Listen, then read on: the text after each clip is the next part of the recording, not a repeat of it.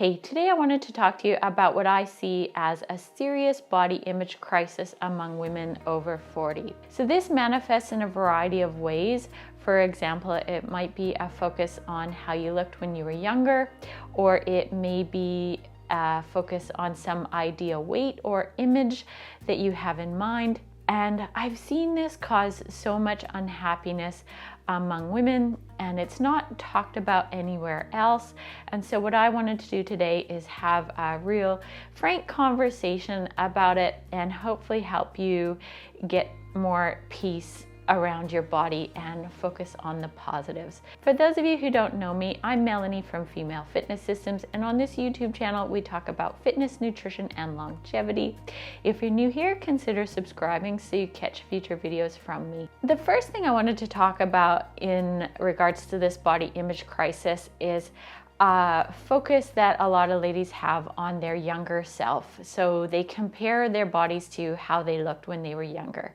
And this is a huge recipe for unhappiness. Let's talk about the stomach, because I think that's the area that causes the most problems for ladies as they get older. So many ladies ask me about their stomachs and what's actually possible, because when they were younger, obviously their stomach was flatter and they just had less issues with things like bloating and just overall how it felt. And as we get older, unfortunately, we may have multiple babies.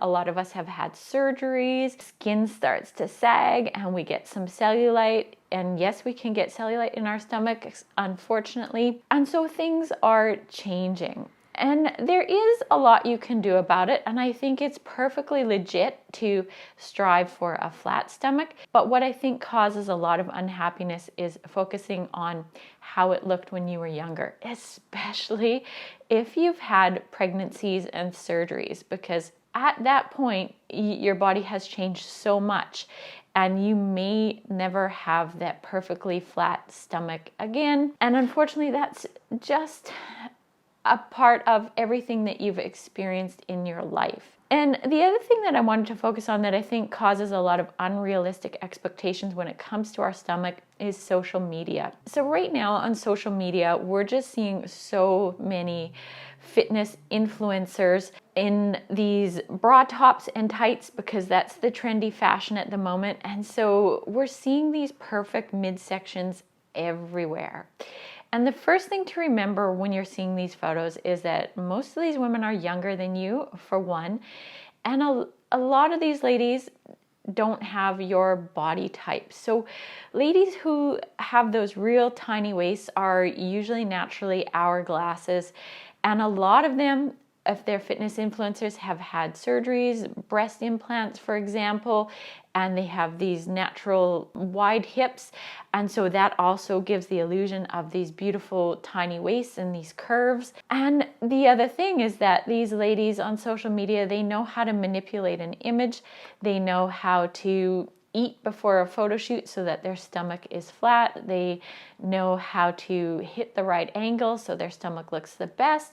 And they know how to use Photoshop, because I guarantee you that a lot of ladies are emphasizing their curves on Photoshop. So using Photoshop tools, you can shrink the waist and you can enhance the hips or whatever you want. And so you have to remember that when you're on social media. And I really want you to remember, if you're in your 40s, that one, you should not be comparing yourself to these people you're seeing on social media. And you should not be comparing yourself to how you looked when you were younger. It is always important to have goals and to be trying to improve yourself, but it's really important to be realistic as well. And then I also wanted to talk about the legs today, because that's the other often major focus of ladies when they're trying to change their body. So when it comes to the legs, there's usually two complaints. Either ladies are concerned that their legs are too thick, or they have a lot of cellulite. So let's talk about thick legs first. So this is not really a problem that is age related, because if you have thick legs, you probably had those thick legs when you were 20 and when you were a teenager. And that's what I want you to consider today, because if you are in your 40s or your 50s and you're still focused on the fact that you have thick legs and trying to lean them out and change them, you have to think about the fact that you've had these legs all of your life. I'm a great example of this. I have thick muscular legs, and when I was a teenager, I remember feeling concerned about my legs being bigger than all my friends, and I was a figure skater, so I had a lot of muscle, which made them even bigger. And now in my 40s, I've learned how to train them to bring out the best of their shape, but I have naturally thick muscular legs, and that's never going to change. And my wish for you is that if you have thick muscular legs, that you make peace with the fact that you have these legs, because you can't change the shape that you've been given. What you can do is focus on the positives. And the positives of thick muscular legs are the fact that, one, you're strong, which is so important as you get older, and two, usually mesomorphs, ladies who have thick muscular legs, tend to have less cellulite, and that's a real positive as we get older. And the other thing I wanted to talk about is cellulite. So cellulite is a genetic thing, and chances are if you have a lot of cellulite, your mom and your sisters and possibly your aunties have a lot of cellulite as well. The other thing about cellulite is it's also age related. A lot of ladies don't really understand it. They don't realize that cellulite has to do with collagen breakdown, and as you get older, your cellulite's going to get worse just for the fact that your collagen is breaking down. And so there is stuff you can do about cellulite, and I certainly help a lot of ladies make that area that they're concerned about look smoother. There's a lot we can do, but cellulite is so tricky and so stubborn. And unfortunately, as you get older, it's really unrealistic to expect it to entirely go away. And it's really sad to make it your focus because of the fact that it is so hard to change. And there is even a positive to cellulite. Once you hit a certain level of leanness, chances are you're still going to see that cellulite quite a bit, because I've seen this with so many ladies. But a lot of ladies who have a lot of cellulite also have more of that hourglass shape, and so they do have that tinier waist and those curvier hips. And I've seen ladies who have a lot of cellulite put on a gown to go out, and they look amazing because they have these beautiful shapes that us thick mesomorph girls don't have.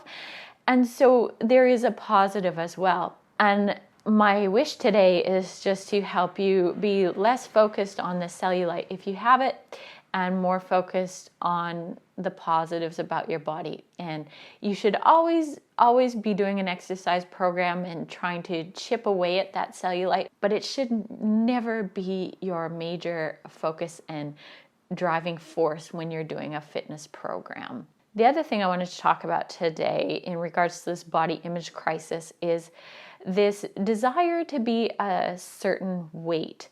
And I see this a lot with ladies who are already a great healthy weight, but they just want to be 5 kilos or 10 pounds lighter than they are now. And they have this ideal in mind, and this is their driving force.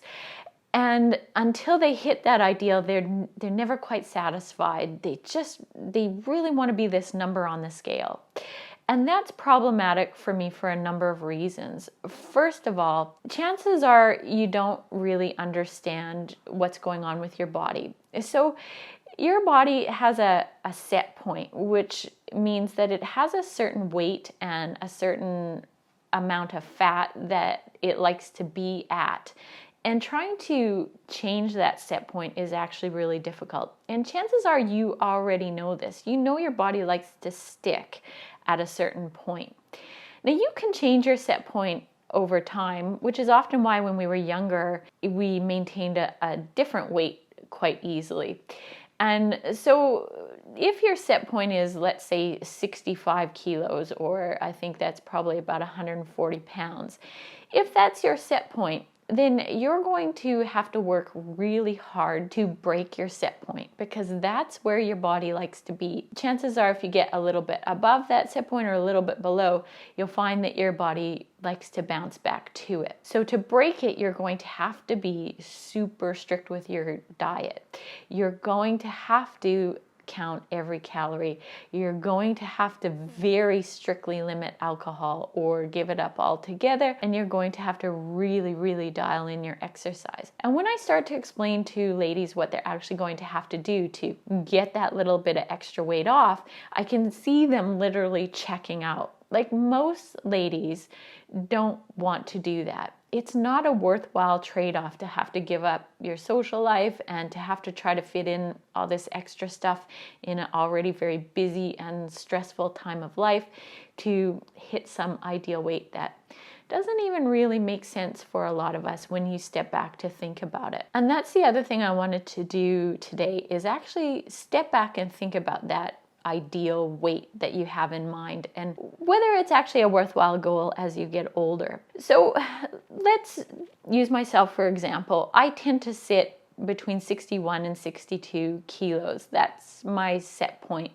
I've been there for probably 10 years. And for me to break that set point, I could go through a lot of effort and get myself down to, I could probably get myself down to 58 kilos with a little bit of a calorie deficit. And I could get there, but what I wanted to talk about today is what that would actually mean for me. So the first thing is all of the physical things that would happen. I would be more hungry. My sleep would be terrible. I know because I've done it before for photos. And I would be more moody and grumpy and emotional. So there's all that that's going to likely happen. But the other thing that happens when I lose weight, and this is why I prefer to maintain that 61, 62 kilos rather than get myself super lean. When I get super lean, sure, my legs and my stomach feel a little bit leaner, but my overall shape doesn't change. But what also happens is that I lose muscle. I lose muscle in my arms and my face looks really gaunt. And as you get older, you have to think about what actually makes you look more youthful. And I think that the majority of women look better when they're on that slightly heavier side of their ideal, because our faces look a little bit more full and healthy. Our muscles are more full and round, and just overall we have a more youthful, healthy, vibrant appearance. And I think this is something that's really important to consider, because so many ladies strive to get leaner without really thinking about, one, if they want to actually do the work to get there, but two, what it means for their appearance and for how they're going to age. And so hopefully that helps you start to think about a more realistic goal for yourself when it comes to this scale. So I hope this video helps you sit back and think a little bit more realistically about what you're trying to achieve. I think it's important to always have goals, and it's great to be trying to target certain areas, and we certainly can work on things, but if you are trying to fight against your genetically given shape, then at some point in your life, I really think enough is enough. At some point in life, you have to make peace with your body. I think it's really sad that we don't appreciate what we have.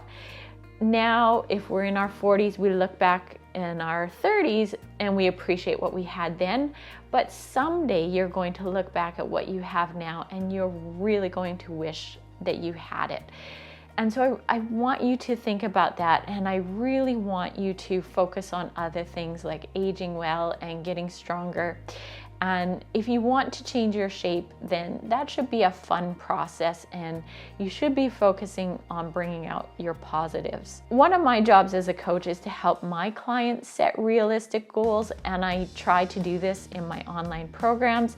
So if you want some help with all of this, I'm going to link to my online training programs in the description of this video, and you can check them out on my website, femalefitnesssystems.com, and learn more about them there. In the meantime, leave me questions in the comments. Let me know what you thought of this video. I hope you found it helpful, and I hope it's going to help you be more accepting of the body that you have. Thank you so much for watching, and I'll see you again next time.